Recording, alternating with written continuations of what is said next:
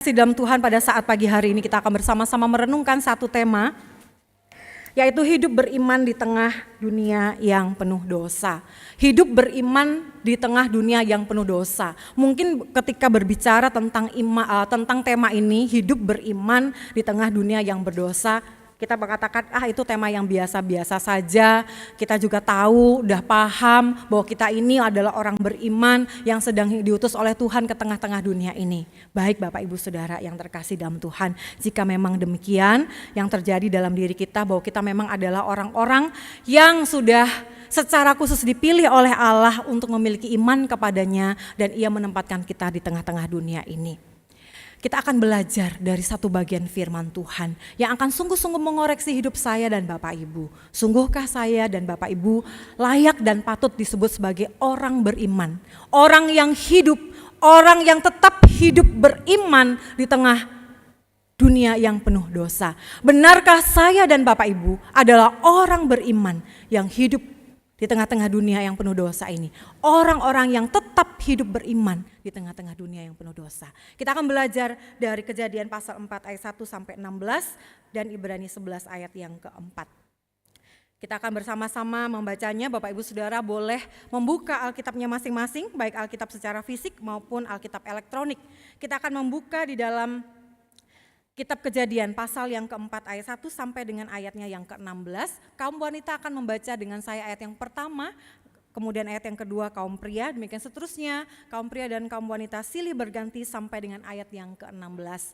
Nanti Ibrani pasal yang keempat, di sana belum tercantumkan 11-nya ya. Ibrani 11 ayat yang keempat kita akan baca bersama-sama.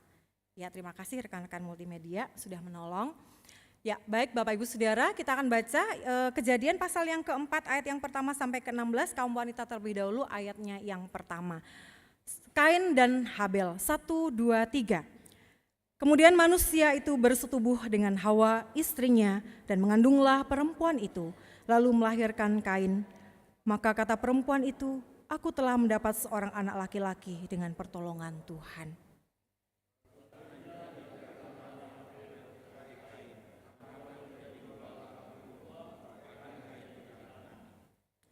Setelah beberapa waktu lamanya, maka Kain mempersembahkan sebagian dari hasil tanah itu kepada Tuhan sebagai korban persembahan.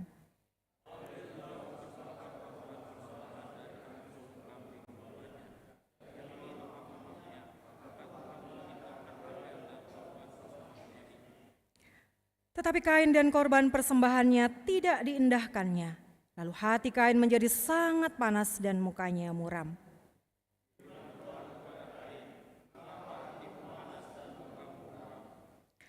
Apakah mukamu tidak akan berseri jika engkau berbuat baik? Tetapi jika engkau tidak berbuat baik, dosa sudah mengintip di depan pintu. Ia sangat menggoda engkau, tetapi engkau harus berkuasa atasnya.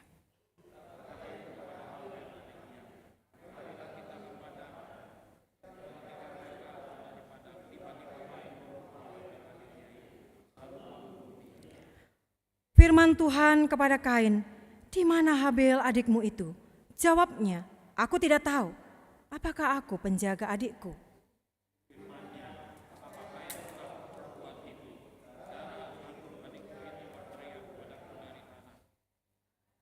Maka sekarang terkutuklah engkau, terbuang jauh dari tanah yang mengganggarkan mulutnya untuk menerima darah adikmu itu dari tanganmu.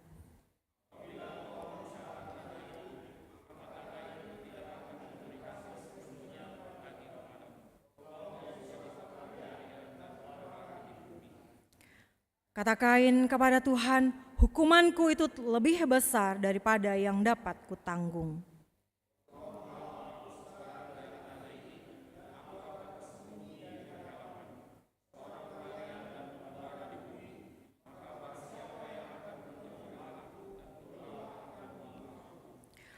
Firman Tuhan kepadanya, sekali-kali tidak. Barang siapa yang membunuh Kain akan dibalaskan kepadanya 7 kali lipat. Kemudian Tuhan menaruh tanda pada Kain supaya ia jangan dibunuh oleh barang siapapun yang bertemu dengan dia.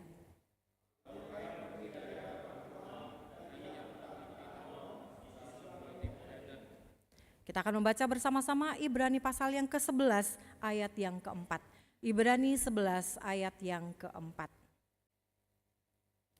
Bapak Ibu sudah menemukannya? Kita baca bersama-sama. 1, 2, 3. Karena iman Habel telah mempersembahkan kepada Allah korban yang lebih baik daripada korban Kain. Dengan jalan itu ia memperoleh kesaksian kepadanya bahwa ia benar. Karena Allah berkenan akan persembahannya itu, dan karena iman ia masih berbicara sesudah ia mati. Selamat dan berbahagia setiap kita yang senantiasa setia membaca dan merenungkan firman Tuhan. Tetapi tentunya terlebih lagi setiap kita yang melakukan firman Tuhan hari lepas hari. Bapak Ibu Saudara yang terkasih di dalam Tuhan, ketika kita merenungkan satu tema ini maka kita akan bertanya, menurut Bapak Ibu Saudara, kira-kira benar enggak sih tema yang saya berikan tadi itu bahwa dunia ini penuh dosa? Mungkin slide yang ketiga, minta tolong ditampilkan rekan-rekan. Ya, terima kasih. Menurut saudara, bagaimana kondisi dunia saat ini? Bagaimana Bapak-bapak, Ibu-ibu dan saudara, kondisi dunia pada saat ini? Benarkah kondisi dunia pada saat ini penuh dengan dosa?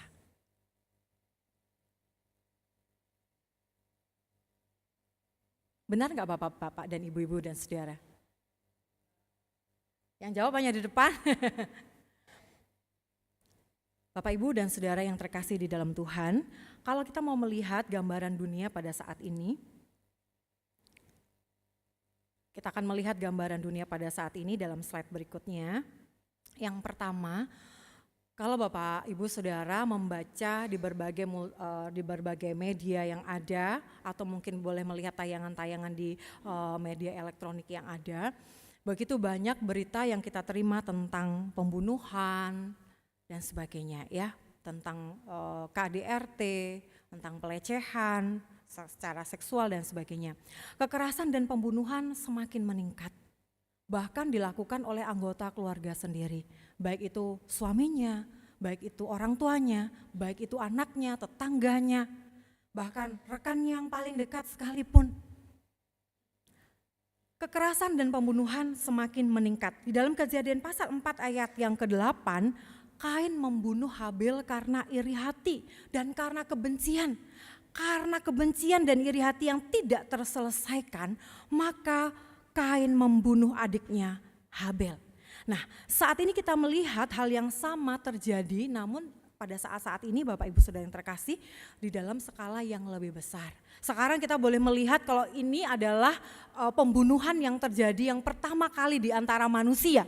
Pembunuhan yang pertama kali terjadi di antara manusia, yaitu Kain membunuh Habel. Tapi pada zaman ini begitu banyak pembunuhan terjadi bahkan dalam skala yang besar. Ada terorisme yang mengebom sehingga begitu banyak orang yang meninggal akibat terorisme ini.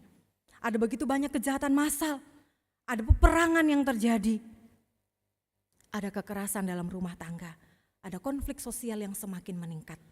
Dosa yang dahulu hanya terjadi di dalam satu keluarga, lingkungan yang sangat kecil, yaitu Kain membunuh Habel, tetapi sekarang telah menyebar ke seluruh dunia. Kita bisa melihat realita ini dalam kehidupan di tengah-tengah dunia ini. Kemudian yang kedua, kejahatan sosial, korupsi, ketidakadilan dan eksploitasi. Korupsi tidak hanya terjadi di lingkungan pemerintahan. Kita baru saja mendengar kabar tentang Pertamina, tentang berbagai nama lembaga pemerintahan BUMN. Yang korupsinya itu nilainya kuadriliun ya Bapak Ibu Saudara ya. Saya nggak tahu sebanyak apa uang itu, belum pernah pegang gitu ya Bapak Ibu Saudara ya. Korupsi, ketidakadilan sosial. Ternyata korupsi itu tidak hanya terjadi di dunia pemerintahan, bahkan ternyata juga bisa terjadi di gereja. Persembahan gereja dikorupsi gitu ya, terjadi juga di rumah Tuhan yang kudus. Ketidakadilan hukum, yang kaya bisa membeli keadilan, sementara kalau yang miskin mereka tertindas, seringkali tidak bisa mendapatkan keadilan secara hukum. Bapak Ibu Saudara, eksploitasi perdagangan manusia begitu marak. Mungkin banyak yang tidak terekspos, tetapi ada beberapa yang terekspos tentang perdagangan manusia, menjual organ tubuh manusia. Karena itu bisa mendapatkan keuntungan yang sangat luar biasa. Menjual manusia untuk menjadi pekerja seks. Begitu banyak Bapak Ibu Saudara yang terjadi, eksploitasi manusia yang terjadi. Ada anak-anak di bawah umur yang sudah dipekerjakan menjadi pengamen di jalanan. Ada eksploitasi tenaga kerja, bekerja dari pagi, siang sampai malam, tapi gaji yang sangat minim. Dunia saat ini bukan hanya mengalami dosa secara individu, tetapi dalam sistem dan sesuatu yang sudah terstruktur. Itu realita yang terjadi di tengah-tengah kita pada saat ini. Kemudian Bapak Ibu Saudara, ada kerusakan moral, ada kemerosotan secara sosial, itu yang ketiga. Hal-hal yang dulu dianggap tidak bermoral sekarang sudah dirayakan Bapak Ibu Saudara. Bahkan tanpa tedeng aling-aling lagi, pernikahan satu jenis sesama gender, laki-laki dengan laki-laki, perempuan dan perempuan itu sudah terekspos. Bahkan ada gereja, tidak di Indonesia ya, tapi di luar negeri, itu pendetanya memberkati pernikahan sesama jenis. Dan itu sangat terus-menerus diberitakan di media sosial dan muncul di berbagai media sosial. Dan itu bisa diakses bahkan oleh anak-anak. Bahkan yang menyaksikan pernikahan sesama jenis pun itu banyak juga anggota keluarganya yang masih anak-anak. Kemerosotan moral, kerusakan moral, kemerosotan sosial begitu luar biasa. Pergaulan bebas, pornografi, pernikahan sesama jenis, penyalahgunaan narkoba, semakin hari bukan semakin berkurang, semakin hari semakin meningkat. Pernikahan, kehidupan keluarga semakin hancur dengan adanya perselingkuhan dan perceraian. Struktur dalam keluarga, institusi dalam keluarga mulai semakin hari semakin mengalami kehancuran. Seperti Kain yang menolak kebenaran. Seperti Kain yang menolak ketetapan Tuhan dan memilih jalannya sendiri. Begitu banyak orang pada masa ini memilih kebebasan untuk berbuat dosa daripada hidup di dalam ketaatan kepada Allah. Banyak orang lebih memilih untuk melakukan segala sesuatu berdasarkan kehendak mereka secara pribadi. Yang keempat Bapak Ibu Saudara, keacuhan terhadap Tuhan dan meningkatnya ateisme. Bapak Ibu Saudara, di dalam Kejadian pasal 4 ayat 6 sampai 7, Tuhan menegur Kain, tetapi apakah Kain peduli dengan teguran Tuhan? Tuhan sendiri yang berbicara langsung menegur Kain, tetapi apakah Kain peduli? Kain tidak peduli. Nah, banyak orang yang bersikap sama pada masa ini. Bahkan kita yang di gereja sekalipun sudah mendengar firman Tuhan berkali-kali. Tapi apakah saya dan Bapak Ibu Saudara sudah hidup di dalam iman dan ketaatan kepada Tuhan? Semakin banyak orang ternyata semakin meninggalkan kehidupan iman yang benar kepada Tuhan. Semakin hari orang-orang semakin merasakan bahwa ajaran Alkitab itu kuno, tidak relevan, tidak relate dengan dunia masa kini. Semua orang melakukan. Lalu kita yang beriman kepada Allah, yang punya panduan hidup sebagai umat Allah, mengabaikan semuanya itu. Gereja semakin kehilangan otoritas dan moral. Kenapa? Karena ternyata banyak pemimpin-pemimpin gereja yang jatuh dalam dosa. Banyak pemimpin-pemimpin gereja yang hidup tidak menyatakan sebagai orang yang beriman kepada Allah. Kiranya tidak ada di GKM Saron ya, Bapak Ibu Saudara ya. Amin. Aminnya kecil Bapak Ibu Saudara. Amin. Bapak Ibu Saudara, seperti Kain yang pergi dari hadapan Tuhan di dalam Kejadian 4 ayat yang ke-16. Banyak orang memilih untuk pergi dan hidup menjauh dari Tuhan. Karena hidup dekat dengan Tuhan terlalu banyak aturan. Betul? Terdiam Bapak Ibu Saudara ya, nggak berani, takut sama Tuhan ya Bapak Ibu Saudara. Bapak Ibu Saudara yang terkasih dalam Tuhan, dalam kondisi kehidupan manusia yang sudah sedemikian kacau begitu Bapak Ibu Saudara ya. Bapak Ibu Saudara secara pribadi apakah Bapak Ibu dan Saudara boleh merasakan, bisa merasakan bagaimana keadaan dan kondisi dunia saat ini. Dunia saat ini sedang tidak baik-baik saja. Bahkan juga mungkin lingkungan di sekitar kita tidak sedang baik-baik saja. Lalu bagaimana Bapak Ibu Saudara? Apa yang Bapak Ibu Saudara bisa kerjakan di tengah dunia yang tidak baik-baik saja? Dunia yang semakin hancur. Itu kan bukan urusan saya. Urusan saya yang bekerja, hidup seperti biasa ya sudah. Yang penting saya sudah bertekun setiap minggu ke gereja beribadah. Saya sudah terlibat dalam pelayanan. Saya enggak melakukan yang jahat kepada sesama saya, udah cukup. Bapak Ibu Saudara yang terkasih di dalam Tuhan, di tengah-tengah dunia yang begitu sangat terpuruk. Dunia saat ini penuh dengan dosa. Dunia penuh dengan dosa. Di tengah kehidupan dunia yang penuh dengan dosa itu masih ada harapan.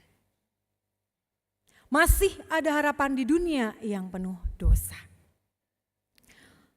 Di tengah dunia yang penuh dosa, Tuhan menitipkan pengharapan itu kepada saya dan Bapak Ibu Saudara.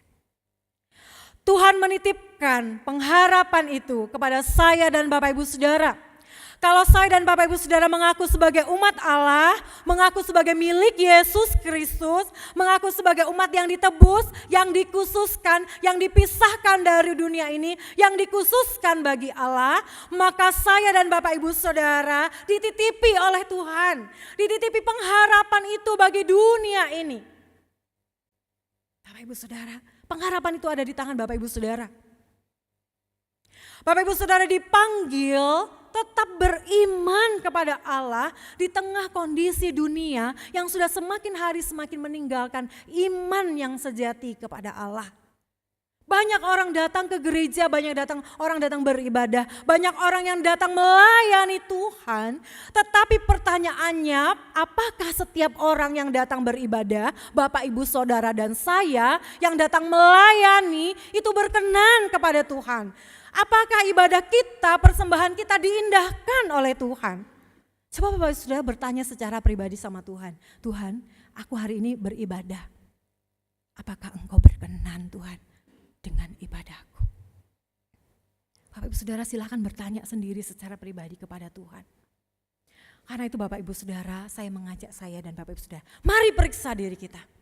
Mari memeriksa diri kita. Apakah saya hidup sebagai orang yang beriman kepada Allah? Beriman itu bukan hanya percaya, kenal Yesus sebagai Tuhan Juru Selamat, harus beribadah, harus melayani. Apakah saya dan saudara hidup sebagai orang yang beriman kepada Allah? Slide berikutnya mungkin, ya terima kasih. Kalau saya dan Bapak Ibu Saudara berkata saya orang yang beriman kepada Allah, apa buktinya Bapak Ibu Saudara? Apa buktinya bahwa saya dan Bapak Ibu Saudara adalah orang yang beriman kepada Allah? Tidak bisa berbicara tentang aku ini percaya kepada Allah, aku percaya kepada Yesus Kristus hanya ngomong tok. Hanya buktinya ketika saya di CD, nunjukin kata CD, baptisan. Apa buktinya Bapak Ibu Saudara? Dari Kain dan Habel, peristiwa yang tercatat di dalam Kejadian 4 ayat 1 sampai 16. Kita mau belajar dua hal Bapak Ibu Saudara. Ada bukti, dua bukti kita hidup sebagai orang yang beriman kepada Allah. Kalau saya dan Bapak Ibu Saudara hidup tetap beriman di tengah dunia yang penuh dengan dosa, tetap beriman kepada Allah, maka pasti ada dua bukti ini di dalam diri saya dan Bapak Ibu Saudara. Mari kita koreksi, mari kita cek hidup kita. Bapak Ibu Saudara, yang pertama, seorang yang beriman kepada Allah, ia pasti memiliki sikap hati yang berkenan kepada Allah. Pasti memiliki sikap hati. Sikap apa Bapak Ibu Saudara? Hati. Siapa yang bisa melihat hati? Hanya Tuhan. Sesama kita itu hanya melihat tampak luarnya saja. Tetapi Dia melihat hati. Dan itu tidak pernah berubah Bapak Ibu Saudara. Ya. Bapak Ibu Saudara ingat Ananias dan Safira? Ingat Bapak Ibu Saudara? Dia tuh melihat Barnabas memberikan persembahan lalu dipuji oleh para rasul. Lalu apa yang dia lakukan? Dia juga menjual tanahnya. Lalu apa yang dilakukan? Dia bersepakat dengan istrinya untuk menyerahkan sebagian. Padanan kata dengan apa yang diserahkan oleh Kain ya, sebagian. Yang sebagian disimpan. Tapi di situ ketika dia datang membawa persembahannya, rasul-rasul menegur dia, mengapa kamu mendustai Roh Kudus? Mengapa hatimu dikuasai oleh iblis? Bapak Ibu Saudara, mendustai Roh Kudus, tidak jujur kepada Roh Kudus berani-beraninya ya Bapak Ibu Saudara. Tapi seringkali saya dan Bapak Ibu Saudara di hadapan sesama kita menampakkan hal yang hebat dan luar biasa. Tapi Tuhan tahu hati saya dan Bapak Ibu Saudara. Karena iri hati memberikan persembahan supaya dapat dipuji juga oleh orang lain. Tetapi Tuhan menghendaki sikap hati yang berkenan kepada Dia. Apa artinya datang beribadah? Secara fisik kita ada di gereja, secara fisik kita memberi persembahan, secara fisik saya ada di atas mimbar atau pelayan-pelayan Tuhan yang lain. Tapi sikap hati tidak berkenan di hadapan Allah. Seperti persembahan Kain, Tuhan tidak mengindahkan. Tuhan tidak menerima. Bapak Ibu Saudara yang terkasih di dalam Tuhan. Sebagai ayat yang ketiga, setelah beberapa waktu lamanya maka Kain mempersembahkan sebagian dari hasil tanah itu kepada Tuhan sebagai korban persembahan. Kita bandingkan dengan Habel. Dia memberikan persembahan, korban persembahan anak sulung kambing dombanya, yakni lemak-lemaknya.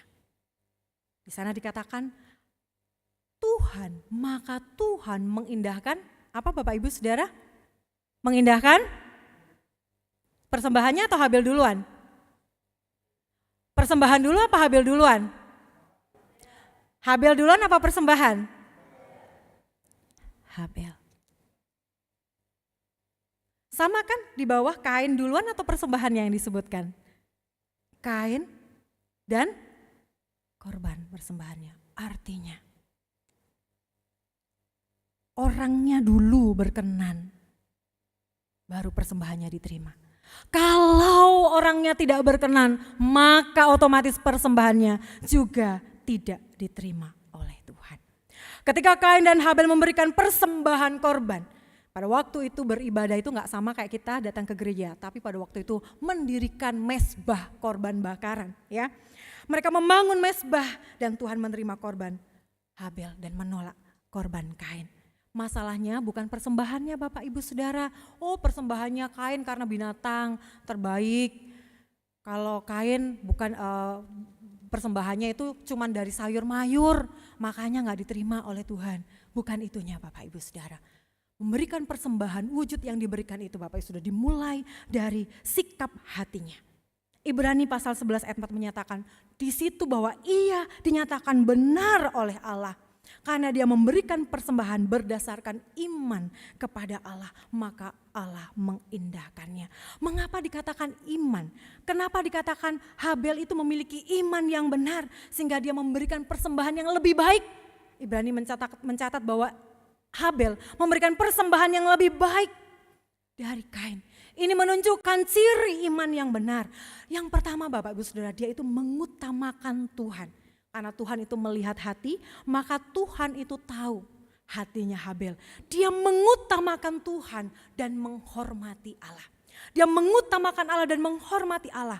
Habel mempersembahkan anak sulung, lemak-lemaknya yang terbaik bagi Tuhan. Dan berbicara tentang anak sulung yang dipersembahkan, ini juga menunjukkan kebergantungan Habel sepenuhnya kepada Tuhan. Kebergantungan itulah yang dilihat oleh Allah sebagai iman yang benar. Bapak Ibu Saudara, anak kambing domba yang sulung itu berarti yang pertama lahir, itu dipersembahkan kepada Tuhan. Bayangkan setelah kambing ini lahir, anak pertama dipersembahkan, ada kemungkinan enggak kambing dombanya bisa melahirkan lagi? Ada jaminan gak Bapak Ibu Saudara? Beberapa hari kemarin saya melihat kakak sepupu saya memposting kambingnya gitu ya, yang masih kemerah-merahan, bayi kambing. Saya tanya kenapa gitu. Kalau dalam bahasa Jawa itu keluran, keguguran gitu Bapak Ibu Saudara ya, keguguran. Padahal kambingnya udah besar banget. Bukan rezekinya kata kakak saya seperti itu. Gak ada jaminan bahwa secara langsung bisa dilihat bahwa akan ada kambing domba berikutnya yang akan banyak memberikan keuntungan kepada dia.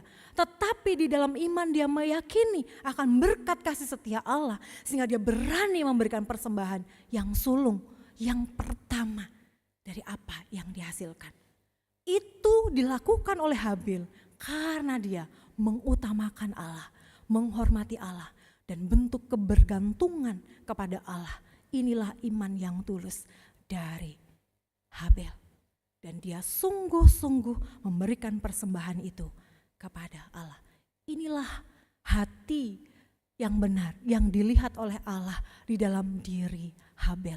Mengutamakan dan menghormati Allah, bergantung sepenuhnya kepada Allah. Itulah iman yang tulus dan hati yang sungguh-sungguh. Nah, kalau dilihat hati saya dan Bapak Ibu Saudara, dalam melayani Tuhan, dalam beribadah, dalam memberi persembahan, hati yang seperti ini ada gak Bapak Ibu Saudara di dalam hati kita? Tujuan kita bukan untuk supaya dilihat lebih baik daripada orang lain. Sehingga kalau dilihat tidak lebih baik, ada orang lain yang lebih baik, kita iri hati dan marah seperti Kain. Tetapi hati kita berfokus hanya memberi yang terbaik untuk menyenangkan hati Tuhan. Tuhan berkenan kepada Habil karena persembahannya dimulai dari sikap hatinya yang menghormati Allah. Sikap hatinya yang memiliki iman yang tulus dan sungguh-sungguh kepada Allah. Bapak Ibu Saudara, Tuhan lebih melihat bukan pada apa yang dibawa, tetapi pada sikap hati orang yang membawanya. Tuhan tidak hanya melihat apa yang kita berikan. Kita bisa memberikan persembahan ratusan juta. Tapi benarkah itu disertai dengan sikap hati yang berkenan kepada Allah? Mungkin saya dan Bapak Ibu Saudara hanya membawa persembahan 1.000 perak. Seperti persembahan janda miskin. Tapi Tuhan lebih berkenan kepada yang seperak itu Bapak Ibu Saudara. Karena memberi yang terbaik dari seluruh apa yang dia miliki untuk menghormati Tuhan. Dalam ketulusan imannya dan kesungguhannya menghormati Allah dengan persembahan yang dia bawa. Bapak Ibu Saudara, Tuhan melihat hati. Ketika saya dan Bapak Ibu Saudara merenungkan bagian ini, mari kita ingat kembali Bapak Ibu Saudara. Amsal 21 ayat 27 berkata demikian. Korban orang fasik itu kekejian. Lebih-lebih kalau dipersembahkan dengan maksud jahat. Korban orang fasik itu kekejian. Lebih-lebih kalau dipersembahkan dengan maksud jahat. Bapak Ibu Saudara, mari sekali lagi bertanya, berkenankah Tuhan atas ibadah dan persembahan yang kita bawa kepada Tuhan? Berkenankah Tuhan kepada Bapak Ibu Saudara dan saya hari ini dan seterusnya? Berkenankah Tuhan atas ibadah dan persembahan yang kita bawa? Atas pelayanan yang kita persembahkan kepada Dia? Amsal 4 ayat 23 berkata demikian. Jagalah hatimu dengan segala kewaspadaan. Karena dari situlah terpancar kehidupan. Mari kita baca sama-sama ayat ini. 1, 2, 3. Jagalah hatimu dengan segala kewaspadaan. Karena dari situlah terpancar kehidupan. Mari jaga hati kita. Mulailah segala sesuatu dengan sikap hati yang berkenan kepada Tuhan. Yang kedua Bapak Ibu Saudara, tanda bahwa kita beriman kepada Allah adalah ketika kita menolak pengaruh dosa dan memilih untuk taat kepada Allah. Menolak pengaruh dosa dan memilih taat kepada Allah. Ini adalah tanda yang kedua kalau saya dan Bapak Ibu Saudara beriman kepada Allah. Setelah menolak persembahannya, setelah Tuhan menolak persembahannya, Apakah Kain bertobat Bapak Ibu? Apakah ketika Tuhan menegur Kain, dia memperbaiki hatinya, dia bertobat, dia minta ampun kepada Tuhan dan dia berubah? Marah dan iri hati itu yang memulai menguasai hati Habel, menguasai hati dari Kain. Marah dan iri hati kepada Habel, itulah isi hati Kain di dalam Kejadian 4 ayat 5. Lalu Tuhan menegur Kain, yang memperingatkannya di dalam Kejadian 4 ayat 6 sampai 7. Tuhan memperingatkan dan menegur Kain supaya dia mengendalikan dosa. Mungkin ayat 6 bisa ditampilkan. Firman Tuhan kepada Kain, mengapa hatimu panas dan mukamu muram? Ini adalah panggilan Allah untuk Kain agar dia mengoreksi dirinya. Tuhan mau lewat firman yang disampaikan, lewat tegurannya ini, Kain bisa mengoreksi dirinya. Lihat ya Bapak Ibu Saudara, kalimatnya mengapa hatimu panas dan mukamu muram. Ternyata muka itu mencerminkan apa Bapak Ibu Saudara? Mencerminkan hati. Kalau mukanya muram, mukanya muram gitu Bapak Saudara ya.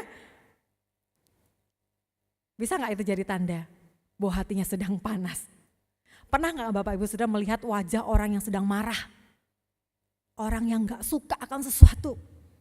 Dari tertawa langsung berubah ya Bapak Ibu Saudara ya. Nah bisa seperti itu mungkin ya Bapak Ibu Saudara ya. Hati-hati, wajah kita, muka kita itu mencerminkan apa yang di hati kita. Tapi kita bukan sembarang menghakimi sesama kita ya. Biarkan hanya Tuhan saja yang menjadi hakimnya. Bukan saya dan Bapak Ibu Saudara. Mengaku ini mukanya muram berarti ini hatinya panas. Enggak ya Bapak Ibu Saudara ya. Biarkan hanya Tuhan yang bisa melihat, mengoreksi hati kita. Mari kita lihat bahwa ini adalah panggilan Allah untuk Kain agar dia mengoreksi dirinya. Tetapi apakah panggilan ini membuat Kain mengoreksi dirinya? Ketika Tuhan melihat Kain marah dan iri hati, Tuhan memberikan peringatan. Tuhan mengingatkan kepada Kain. Apa yang dikatakan oleh Tuhan Bapak Ibu Saudara? Dosa sudah mengintip di depan pintu. Ia sangat menggoda engkau, tetapi engkau harus berkuasa atasnya. Bapak Ibu Saudara, kita bisa gak punya iri hati? Bisa ya? Bisa gak punya marah? Bisa. Tetapi Tuhan katakan lewat bagian ini, kau harus berkuasa atasnya. Engkau harus berkuasa atasnya. Artinya apa? Kita harus mengendalikan diri kita. Kita harus mengendalikan diri kita.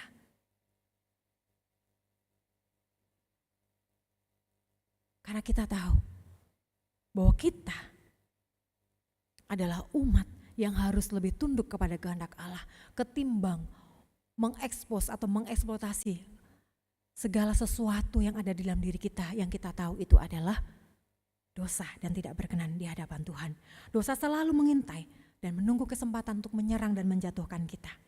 Manusia diberi pilihan, Tuhan memberikan pilihan untuk taat kepada Allah atau mengikuti keinginan dosa. Tuhan memberikan pilihan kepada saya dan Bapak Ibu Saudara, mau tetap menyimpan kemarahan, mau tetap menyimpan iri hati, mau tetap menyimpan kesombongan, mau tetap menyimpan kesalahan orang lain dalam hati kita. Karena itu lambat laun akan berubah menjadi satu tindakan dosa yang lain. Dimulai dari iri hati, kita tahu apa yang dilakukan oleh Kain. Dia membunuh adiknya sendiri. Bahkan setelah dia membunuh adiknya sendiri, Tuhan sudah mengingatkan dia. Apakah kamu tidak akan berseri jika engkau berbuat baik, Kain, kata Tuhan.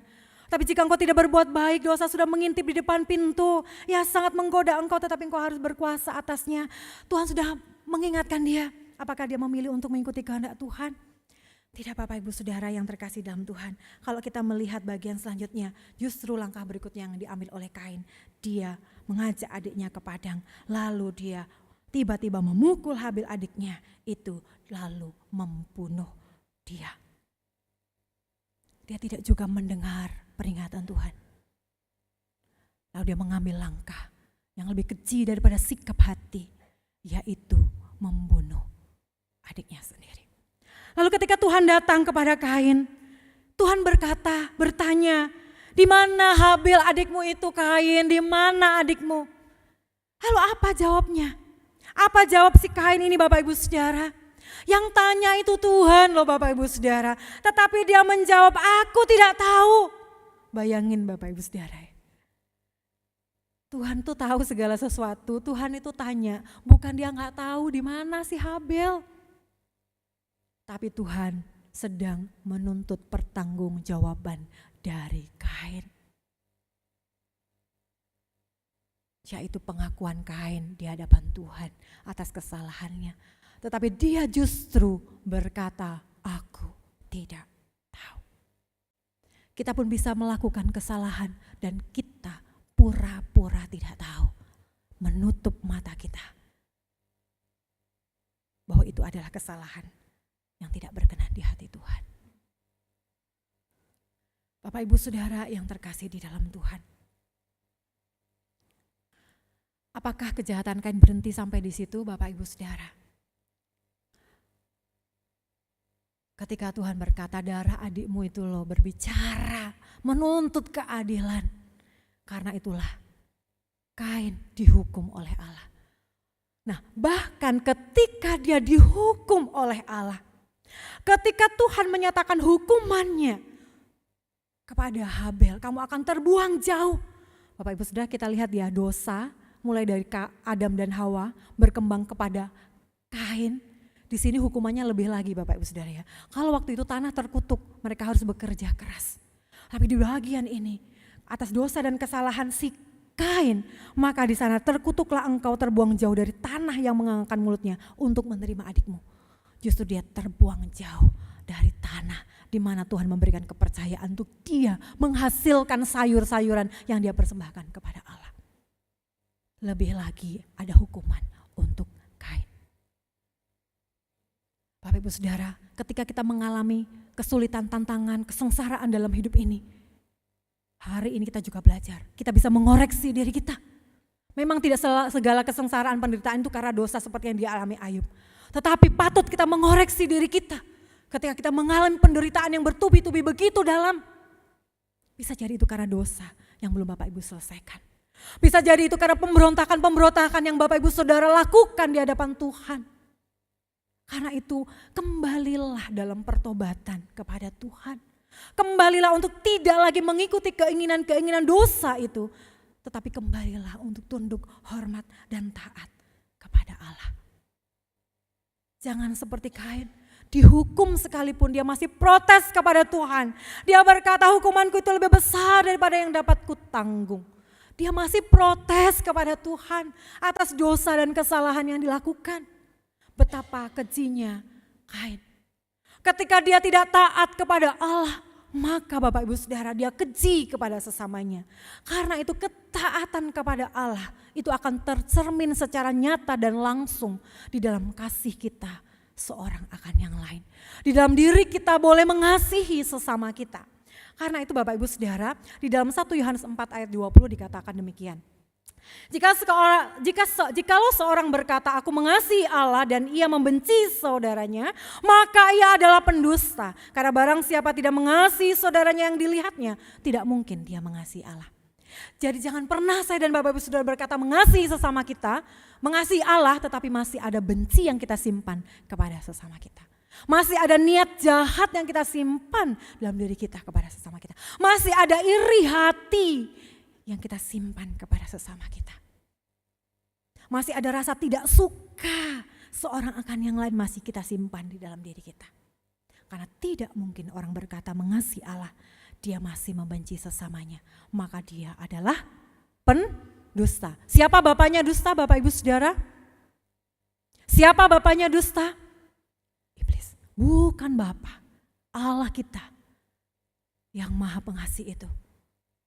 Tetapi iblislah bapa kita. Kalau kita hidup di dalam sikap yang tidak berkenan di hadapannya. Dalam 1 Yohanes 3 ayat 15, setiap orang yang membenci saudaranya adalah pembunuh manusia. Lihatlah Kain, Dimulai dari benci, iri hati, marah yang tidak terselesaikan. Dia membunuh Habel, adiknya. Setiap orang yang membenci saudaranya adalah pembunuh sesamanya. Karena orang yang benci, dia bisa merancangkan hal-hal yang jahat untuk menjatuhkan, bahkan melakukan hal-hal yang tidak berkenan di hati Tuhan. Karena itu kita diingatkan. Dan kamu tahu bahwa tidak ada seorang pembunuh yang tetap memiliki hidup yang kekal di dalam dirinya. Jadi jelas Bapak Ibu Saudara, kalau saya dan Bapak Ibu Saudara tidak memiliki ketaatan kepada Allah, maka sikap hidup kita kepada sesama kita juga tidak akan mungkin mencerminkan kasih kepada Allah. Sehingga setiap orang yang membenci sesamanya, yang menjadi pembunuh sesamanya, tidak memiliki hidup yang kekal. Tidak mungkin orang yang percaya kepada Allah akan melakukan yang demikian. Tetapi Bapak Ibu Saudara yang terkasih di dalam Tuhan, Tuhan selalu sering menegur saya dan Bapak Ibu Saudara melalui firman-Nya, betul? Tuhan tak henti-hentinya, bahkan sampai detik ini pun, sampai saat ini pun, pagi ini pun, Tuhan mengingatkan saya dan Bapak Ibu Saudara. Dia menegur kita melalui Roh Kudus, melalui firman-Nya, untuk kita bisa bertobat dan berbalik. Pertanyaannya, apakah kita mendengar firman Tuhan itu? Apakah saya dan Bapak Ibu sudah bertobat dan berkomitmen untuk taat?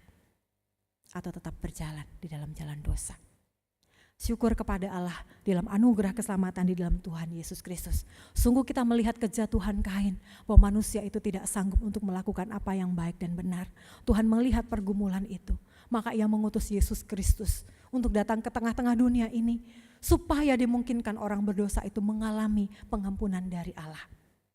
Syukur kepada Allah Bapak Ibu Saudara, syukur kepada Dia. Karena Dia mengaruniakan Roh Kudus yang selalu setia mendampingi dan mengingatkan kita. Ketika Habel, Bapak Ibu Saudara, dia masih diberikan perkenan oleh Allah, ya, diberikan tanda supaya tidak ada orang yang membunuh Kain. Yang membunuh juga akan dihukum oleh Tuhan. Itu tanda betapa Allah kita itu maha kasih.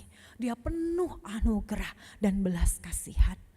Tetapi jangan pernah menganggap sepi kemurahan Allah, anugerah Allah. Karena Yesus Kristus dia akan disalibkan untuk kedua kalinya. Satu kali cukup untuk selama-lamanya. Dan setiap orang yang ada di dalam Dia akan mencerminkan hidup sebagai orang yang beriman kepada Dia. Saya dan Bapak Ibu sudah masih diberikan nafas hidup. Masih diberikan anugerah firman yang selalu menegur dan mengingatkan kita terus menerus. Supaya kita berubah dari dosa kita, dari tingkah langkah kita yang tidak berkenan di hadapan Tuhan. Supaya ibadah kita menjadi ibadah yang berkenan kepada Tuhan. Tuhan masih terus menegur dan mengingatkan kita supaya kita bertobat dan berbalik. Apakah saya dan Bapak Ibu Saudara mau mendengar suara Tuhan? Apakah saya dan Bapak Ibu Saudara mau bertobat dan berkomitmen untuk taat atau tetap berada di dalam jalan dosa? Bapak Ibu Saudara, dunia semakin jahat. Tetapi saya dan Bapak Ibu Saudara dipanggil dan ditetapkan untuk hidup sebagai orang yang beriman kepada Allah. Orang yang beriman kepada Allah, maka ia akan menunjukkan ciri hidup, memiliki sikap hati yang berkenan kepada Allah. Ia akan menolak pengaruh dosa dan memilih untuk taat kepada Allah. Bapak Ibu Saudara, saya rindu mengajak kita untuk mengoreksi diri kita berdua bersama dengan Allah. Layakkah saya dan Bapak Ibu Saudara disebut sebagai orang yang beriman? Mari pulang, menghidupi panggilan kita di tengah dunia yang makin hancur dan penuh dengan dosa. Dimulai dari pertobatan diri kita secara pribadi. Apa yang belum Bapak Ibu Saudara selesaikan? Dari dosa, kemarahan, kebencian, iri hati, ketidaksukaan, atau apapun juga. Mungkin dalam rumah tangga, dengan suami, dengan istri yang masih belum terselesaikan. Mulailah. Dengan memohon pengampunan dan pemulihan kepada Tuhan. Mulailah juga untuk boleh mengampuni, mengasihi seperti apa yang Tuhan inginkan. Mari menundukkan kepala, kita merendahkan diri di hadapan Tuhan. Supaya Tuhan boleh menyelidiki hati saya dan Bapak Ibu Saudara. Karena Dia yang menyelidiki hati saya dan Bapak Ibu Saudara. Dia sungguh mengasihi kita. Mohon kesediaan untuk penginjil Nathan boleh memainkan musik. Bapak Ibu Saudara, saya berikan kesempatan kepada Bapak Ibu Saudara untuk datang secara pribadi kepada Tuhan, untuk mengoreksi diri kita. Apakah saya, apakah Bapak Ibu Saudara layak disebut sebagai orang yang tetap hidup beriman kepada Allah di tengah dunia yang penuh dosa? Ataukah kita menjadi sama dan serupa dengan dunia ini yang juga hidup dan menghidupi dosa, sehingga kita tidak berkenan di hadapan Allah? Allah memberikan waktu dan kesempatan ketika masih ada nafas hidup kita untuk kita berubah dari segala dosa dan pelanggaran kita. Mari dengan sikap doa kita boleh menaikkan satu lagu. Selidiki aku, lihat hatiku, apakah ku sungguh mengasihimu Yesus? Kau yang maha tahu dan menilai hidupku, tak ada yang tersembunyi bagimu. Telah kulihat kebaikan dan kemurahan-Mu Tuhan, anugerah keselamatanmu yang berlimpah-limpah, yang tak pernah habis di hidupku. Aku mau Tuhan berjuang sampai akhirnya. Kau dapati aku tetap taat dan setia, tetap hidup mengasihi suami, mengasihi istri. Apapun yang terjadi, apapun yang telah ia lakukan dalam hidupku, anak-anak, orang tuaku, mertua, menantu, mungkin orang yang bekerja bersamaku, atau siapapun juga. Kalau ada iri hati Tuhan di dalam diriku, kalau ada kesombongan Tuhan, atau dosa-dosa yang kurancangkan, kejahatan-kejahatan yang kurancangkan, selidiki aku Tuhan. Terima kasih ya Tuhan, Kau masih berkenan untuk mengingatkan kami Tuhan. Terima kasih ya Tuhan, Kau masih mau menegur kami. Seringkali kami sombong, kami merasa kami layak di hadapan Tuhan. Kami menengadahkan kepala kami, mendongakkan wajah kami merasa layak di hadapan Tuhan. Ampunilah kami ya Tuhan.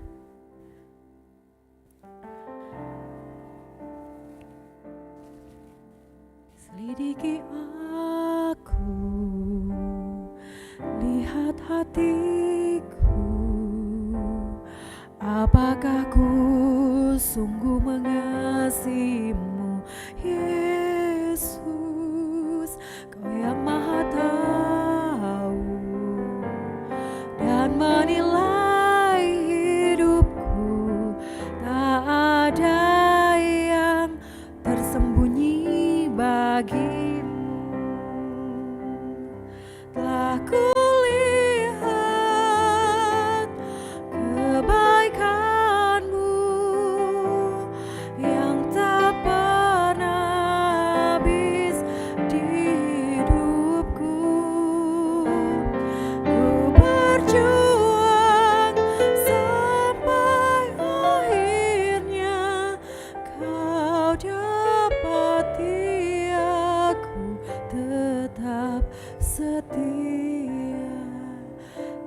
Selidiki aku, lihat hatiku dengan segenap hati.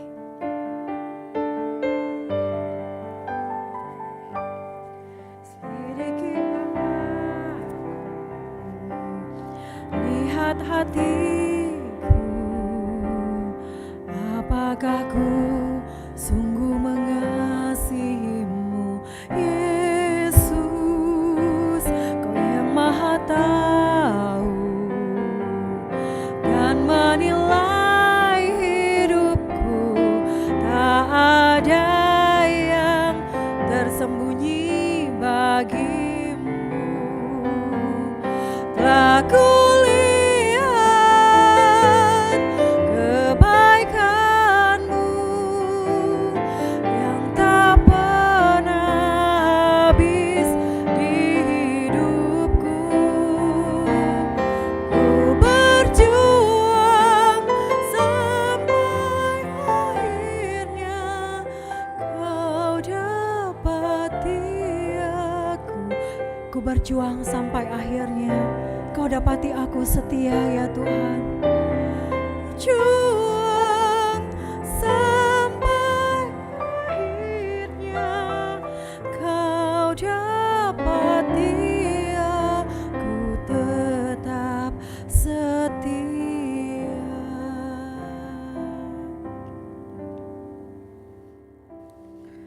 Bapa di dalam kerajaan surga, inilah kami dengan segala keberadaan kami. Mohon ampunilah ya Tuhan kalau sampai hari ini kami belum menunjukkan bukti bahwa kami adalah orang yang tetap hidup beriman sekalipun di tengah-tengah kehidupan berdosa dunia ini. Tetapi kami mau Tuhan mengerjakan panggilan yang Kau percayakan, hingga Kau dapati kami taat setia sampai Engkau memanggil kami, sampai kami menutup mata. Kalau sampai hari ini kami menjalani kehidupan hanya secara rutinitas Bapa, ampunilah juga kami. Kami tidak menjalaninya dengan sikap yang berkenan kepada Tuhan.